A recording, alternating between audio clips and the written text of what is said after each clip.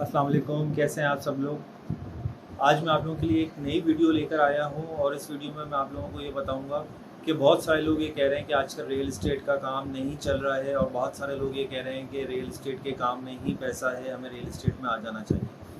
तो इन दो चीज़ों को हम जो है वो आज जानने की कोशिश करेंगे कि जिन लोगों का काम नहीं चल रहा वो क्यों नहीं चल रहा, और जो लोग ये कह रहे हैं कि हमें रियल इस्टेट का काम शुरू कर देना चाहिए, इस काम में बहुत पैसा है, वो ऐसा क्यों कह रहे हैं। सबसे पहले तो वो अपने आप से ये पूछेंगे क्यों क्यों वो ये समझते हैं कि रियल इस्टेट के काम में पैसा है और रियल इस्टेट ही करना चाहिए। क्या उनको इसके पीछे की मेहनत पता है कि कितनी मेहनत करनी पड़ेगी आपको, कितना आप लोगों को सेक्रीफाइस करना पड़ेगा, कितनी प्रॉपर्टी आप लोगों के पास होनी चाहिए, कितना क्लाइंट पावर आप लोगों के पास होना चाहिए, किस हिसाब से कौन सी प्रॉपर्टी, कौन सा एरिया आप लोगों के लिए बेस्ट सूटेबल रहेगा कि उस एरिया में आपको काम करके आप उस एरिया में काम करें। तो बहुत सारे फैक्टर्स इसके पीछे होते हैं जिसको जानने की और समझने की कोशिश करनी चाहिए आप लोगों को। सबसे पहले तो ये आप लोग सोचें कि आपने इस सेक्टर में काम क्यों करना है। सही है, कंस्ट्रक्शन के सेक्टर में बिल्कुल भी पैसा नहीं है। क्यों पैसा नहीं है, किन लोगों के लिए पैसा नहीं है, वो ये बताएं। लोग ये कहते हैं कि लोगों के पास ख़रीदने की पावर नहीं रही। तो जब आप लोगों को क्वालिटी ऑफ कंस्ट्रक्शन कम देंगे, रेट आप डबल इंक्रीज़ करके देंगे, तो ऑब्वियसली सी बात है कि कोई भी इंटरेस्टेड नहीं होगा आपके प्रोजेक्ट में। और जब कोई आपके प्रोजेक्ट में इंटरेस्टेड नहीं होगा आपसे लेने के लिए, तो आपके जहन में यही आएगा कि लोगों के पास बाइंग पावर ख़त्म हो गई है। लोगों के पास बाइंग पावर ख़त्म नहीं हुई है। घर एक ऐसी चीज़ है कि जो सारी ज़िंदगी लोगों को चाहिए, चाहे वो रेंट पे चाहिए, चाहे वो ख़रीदने के लिए चाहिए, अपने रहने के लिए चाहिए। घर चाहिए, हर अमीर आदमी को, हर गरीब आदमी को घर चाहिए रहने के लिए। बिज़नेस शुरू करने के लिए कोई भी टाइम जो है वो अच्छा और बुरा नहीं होता।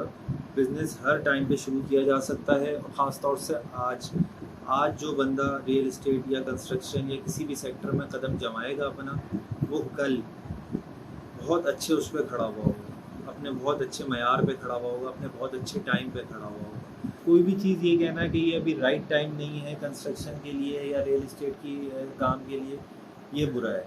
फिर दूसरी चीज़, जो लोग ये सोच कर आते हैं कि कंस्ट्रक्शन या रियल इस्टेट का सेक्टर, ये दोनों चीज़ें एक ही हैं, कि इसी में पैसा है, तो वो सबसे पहले तो अपने माइंड को वॉश कर लें। क्योंकि पैसा तो हर फील्ड में, जो फील्ड आपको समझ में आती है, जिस फील्ड का काम आपको पता है, जिसमें आपका हुनर है, जो काम आप बहुत अच्छे तरीके से कर सकते हैं, वो उस फील्ड में पैसा है। पैसा तो हर फील्ड में है भाई।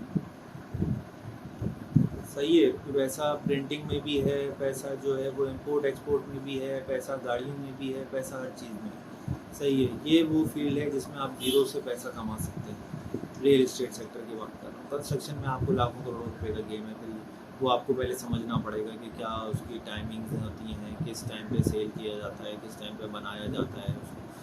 ठीक है, तो सबसे अभी हम तो उनकी बात कर रहे हैं कि जो लोग ये सोचते हैं कि भाई रियल इस्टेट में ही पैसा है, उसको काम शुरू कर देना चाहिए। तो अगर आप ये सोच कर आ रहे हैं कि रियल इस्टेट में पैसा है और यही काम करेंगे हम, तो फिर तो आप मत आएँ। सही है, क्योंकि इसमें मेहनत बहुत है, हार्ड वर्किंग बहुत है। आपके पास प्रॉपर्टीज़ होनी चाहिए, आपके पास सर्वे होना चाहिए, आपको पता होना चाहिए कि कौन सी बिल्डिंग में कौन सा फ्लोर जो है वो कितने पैसों में है, ये इसकी वर्थ बनती भी है या नहीं बनती, इसका लास्ट जो है वो पेमेंट इसकी कितने की हुई है, वो वर्थ इट पेमेंट थी या नहीं थी, मालिक ने मजबूरी में तो नहीं बेचा, ख़रीदने वाले ने जो है वो सही पैसे दिए हैं, उसके किस सूत्रों में एग्रीमेंट हुआ है, शॉर्ट टर्म एग्रीमेंट हुआ है या ये लॉन्ग टर्म एग्रीमेंट था। तो ये सब चीज़ें आप लोगों को सबसे पहली चीज़ ये है कि पता होनी चाहिए, ताकि इसका जो है वो आप लोग सही पता चल सके। दूसरी चीज़ ये है कि इस फील्ड में मेहनत बहुत है, मेहनत से घबराना नहीं है।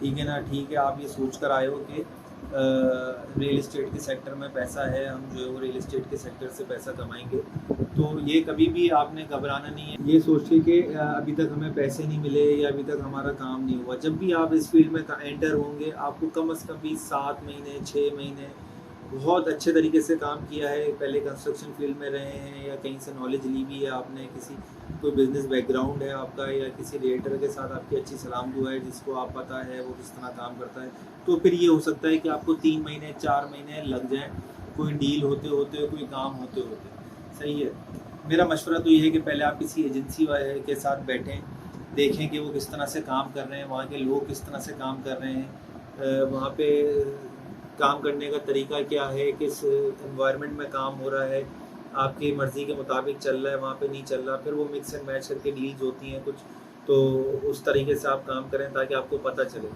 दूसरी चीज़ ये है कि वो लोग जो ये कह रहे हैं कि बिज़नेस वाइंड अप्स कर रहे हैं, बहुत लोग इस वक्त जो है वो रियल एस्टेट का और कंस्ट्रक्शन का बिज़नेस जो है वो वाइंड अप कर रहे हैं। वाइंड अप से मुराद क्लोज़, जिनकी 3-3 4-4 ब्रांचेज़ हैं, उनकी अब एक ब्रांच रह गई है, सिर्फ मेन ऑफिस खोल के बैठे हुए हैं, क्योंकि उनका कहना ये है कि काम नहीं चल रहा। ठीक है, मुल्क में थोड़े से बुरे हालात हैं, लेकिन इतने बुरे हालात नहीं है कि काम बिल्कुल ही नहीं चल रहा, ठप हुआ हुआ है, हम लोग नहीं कमा रहे या कोई और नहीं कमा रहा। अगर काम नहीं चल रहा तो हम कैसे चल रहे हैं, हम कैसे कमा रहे हैं? ठीक है, जो पहले महीने में 2-3 डील्स क्लोज हो जाती थी, ऑन एन एवरेज 1-2 चल रही होती थी, अब वो नहीं है। ठीक है, लेकिन काम अभी भी है। क्लाइंट की नौइयत क्या है, उसको क्या चीज़ चाहिए, उसको आप किस तरह से गाइड करते हैं, किस तरह से आप उसको लेके चलते हैं, ये चीज़ें बहुत मैटर करती हैं। इन चीज़ों पे ही दारोमदार होता है बिज़नेस का। आप कितने पुराने हैं, ये सब चीज़ें एक्सपीरियंस के साथ साथ आती हैं, पहली चीज़। दूसरी चीज़, जो लोग ये कह रहे हैं कि काम नहीं चल रहा, वो मुझे ये बताएं कि उनके पास कितनी प्रॉपर्टीज़ पड़ी हुई हैं, वो मुझे खुद बताएं। 5, 6, 7, 8, 10, 12 प्रॉपर्टीज़ तो क्लाइंट देख कर आ रहा है आज के ज़माने में, वो आपसे क्यों लेगा आपकी प्रॉपर्टी? ठीक है, फिर जो चीज़ आप उसको दिखा रहे होते हैं वो रैंडमली हर स्टेट के पास होती है, सबके पास वही स्टफ़ पड़ा हुआ है, सबके पास वही घर पड़ा हुआ है, वही फ्लैट पड़ा हुआ है, तो वो आपसे क्यों लेगा आपकी प्रॉपर्टी? समझ रहे हैं आप बात को थोड़ा सा समझें। आपके पास कोई यूनिक चीज़ होनी चाहिए जो कि मार्केट में ना हो, पहले से अवेलेबल ना हो, वो चीज़ आपके पास हो तो क्लाइंट आपसे ले, समझ में आता है। दूसरी चीज़ ये कि हर सेक्टर में अगर आप जहाँ पे जिस एरिया में भी काम कर रहे हैं, वहाँ पे सबसे छोटा घर जो है उसकी 4 से 5 इन्वेंट्री आपके पास होनी चाहिए। उससे ऊपर आए कैटेगरी वाइज उसमें होनी चाहिए, उससे ऊपर आए उस कैटेगरी में होनी चाहिए। मतलब कि आर कैटेगरी हो, सी कैटेगरी हो, ई कैटेगरी हो, इन सब कैटेगरीज में आपके पास कम से कम 5 इन्वेंट्रीज होनी चाहिए, जिसमें ग्राउंड फ्लोर खाली, ground +1, ground +2, furnished, unfurnished apartments ही आपके पास होने चाहिए। कुछ चीज़ें ऐसी होनी चाहिए जो आपको अपने पास रखनी है, वो आपने बाहर नहीं निकालनी किसी भी सूरत में, क्योंकि वो आपका एक जैकपॉट्स होते हैं। वो आपको कुछ चीज़ें ऐसी होती हैं जो किसी के पास अवेलेबल नहीं है लेकिन आपके पास अवेलेबल है। अगर आप उसको मार्केट में दे देंगे तो वो चीज़ ख़राब हो जाएगी। जो उसके बिकने के चांसेस होते हैं कि लेट सपोज़ के 1 से 1.5 महीने में प्रॉपर्टी बिक जानी चाहिए एक अच्छे रियल्टर से, वो फिर उसके चांसेस ड्रॉप डाउन हो जाते हैं, क्योंकि उसको बहुत सारे लोग दिखा रहे होते हैं, बहुत सारी जगहों से वो निगलेक्ट हो रही होती है। फिर उसके प्राइसेस का इश्यूज़ आ जाता है कि भाई ये इतने में नहीं लिया तो इतने में, तो इतने में। ये सब नहीं किया करें आप लोग, ठीक है।